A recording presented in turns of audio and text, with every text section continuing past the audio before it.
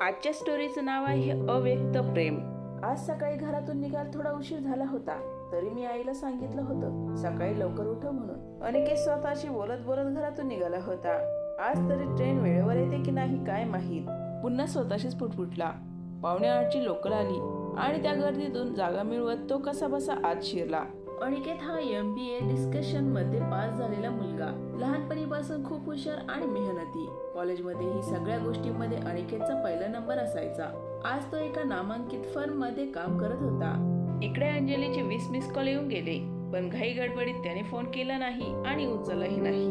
शेवटी तिने वैतागून मेसेज टाकला, मी पुढे जाते, मला उशीर होतोय. तुला मेसेज वाचायला किंवा कॉल करायला वेळ मिळाला तर बघ आणि कॉल कर. मला तुला खूप महत्त्वाचं सांगायचं आहे. बाय. अंजली आणि अनिकेतची ओळख अगदी नुकतीच झालेली. ती हुशार, मन मिळवू आणि दिसायला सुंदर आणि लाजाळू स्वभावाची होती.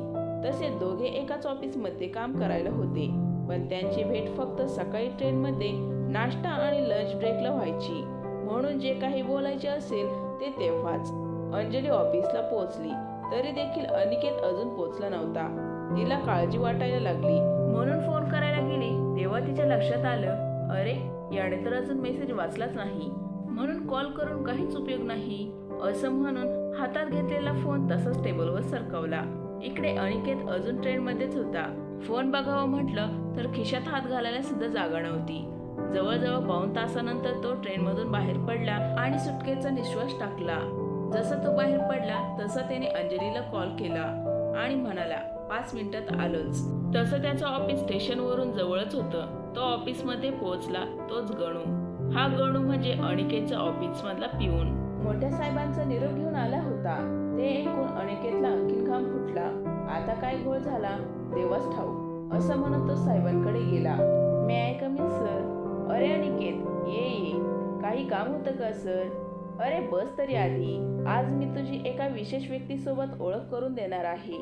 तर या मिस रुपाली. हॅलो अनिकेत, रुपाली म्हणाली. रुपाली म्हणजे सरांची नवीन असिस्टंट. तिचं सौंदर्य तिच्या चेहऱ्यावरून नुसतं ओघळत होतं. रंग गोरा पान, घारे डोळे, लांब सडक केस, कपाळावर छोटीशी चंद्रकोर टिकली, लाल लाल ओठ. तिच्याकडे बघणाऱ्याने फक्त तिच्याकडे बघत राहावं अशी तिची मूर्ती. त्यात ती फाडफाड इंग्लिश बोलणारी आणि सरांच्या जवळ असणारी. अनिकेत आवासून तिच्याकडे बघत, हे हॅलो मिस रुपाली. अनिकेत, आजपासून रुपाली माझी असिस्टंट आहे. काही काम असल्यास तिला सांगत जा, ती मला सांगेल. Okay? Okay sir, you may go now. पण अनिकेत तिच्याकडे बघत बसला होता. इतक्यात सर जोरात ओरडले. तसं तो भानावर आला आणि बाहेर निघून गेला. बाहेर आल्यावर अनिकेत गाणं गुणगुणायला लागला. ए चांद सा रोशन चेहरा, जुल्फों का रंग सुनेरा, तारीफ करू उसकी जिसने रुपाली को बनाया. त्याला लव ॲट फर्स्ट साईट झालं होतं, पण पुढे काय होणार आहे हे कुठे माहित होतं. बऱ्याचदा तो काही ना काही कारण काढून रुपालीला भेटायला जायचा, पण ती त्याला टाळून सरांसोबत मग्न असायची. खरं तर तिला सर आवडत होते आणि सरांची बायको पण त्याला सोडून निघून गेली होती. म्हणून तेही तिच्यावर प्रेम करणाऱ्या, त्यांची काळजी घेणाऱ्या रुपालीच्या प्रेमात अडकत चालले होते.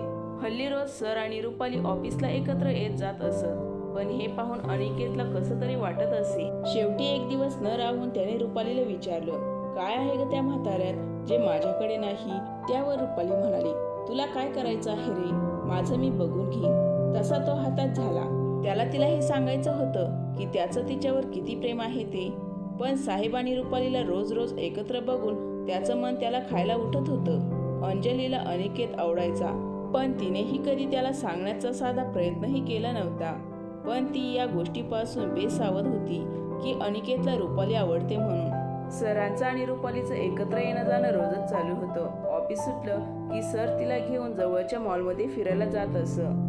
एक दिवस अनिकेतने ठरवलं की रुपालीला मनातलं सगळं सांगून टाकावं. म्हणून ऑफिस सुटल्यावर तो तिच्या मागोमाग जायला निघाला. आज रुपाली सरांसोबत न जाता एकटीच निघाली होती. त्याने मनात ठरवलं होतं की आज बोलूनच टाकूया, आणि तशीही ती संधी चालून आली होती. खूप वेळ चालत राहिल्यानंतर रुपाली एका मोठ्या हॉस्पिटलमध्ये शिरली. इकडे याच्या मनात नाना विचार घोळू लागले, तरी तो तसाच तिच्या मागे मागे जात राहिला. पुढे रुपाली आतमध्ये गेल्यावर अनिकेतही तिच्या मागे आत शिरला. समोर पाहतो तर एक व्यक्ती ICU मध्ये पडून होती. आणि रुपाली त्या व्यक्तीच्या शेजारी बसून रडत होती. ते बघून त्याला समजत नव्हतं की हे नक्की काय चालू आहे. त्याने तेथील डॉक्टरला विचारले की ही व्यक्ती कोण आहे. तर डॉक्टर म्हणाले ते रुपालीचे मिस्टर आहे. त्यांचा काही दिवसांपूर्वीच ॲक्सिडेंट झाला होता. त्यातच त्यांच्या मेंदूला दुखापत होऊन ते कोमात गेले. त्यांच्या मागे फक्त रुपाली एकटीच आहे आणि आता हॉस्पिटलच्या खर्चाचा सगळा भार तिच्या एकटीवरच येत आहे.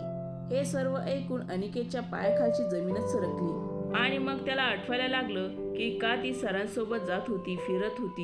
कारण हॉस्पिटलला लागणारा सर्व खर्च सरांकडून तिला मिळणार होता. त्यामुळे आपल्या नवऱ्याला वाचवण्यासाठी ती हे सर्व करत होती.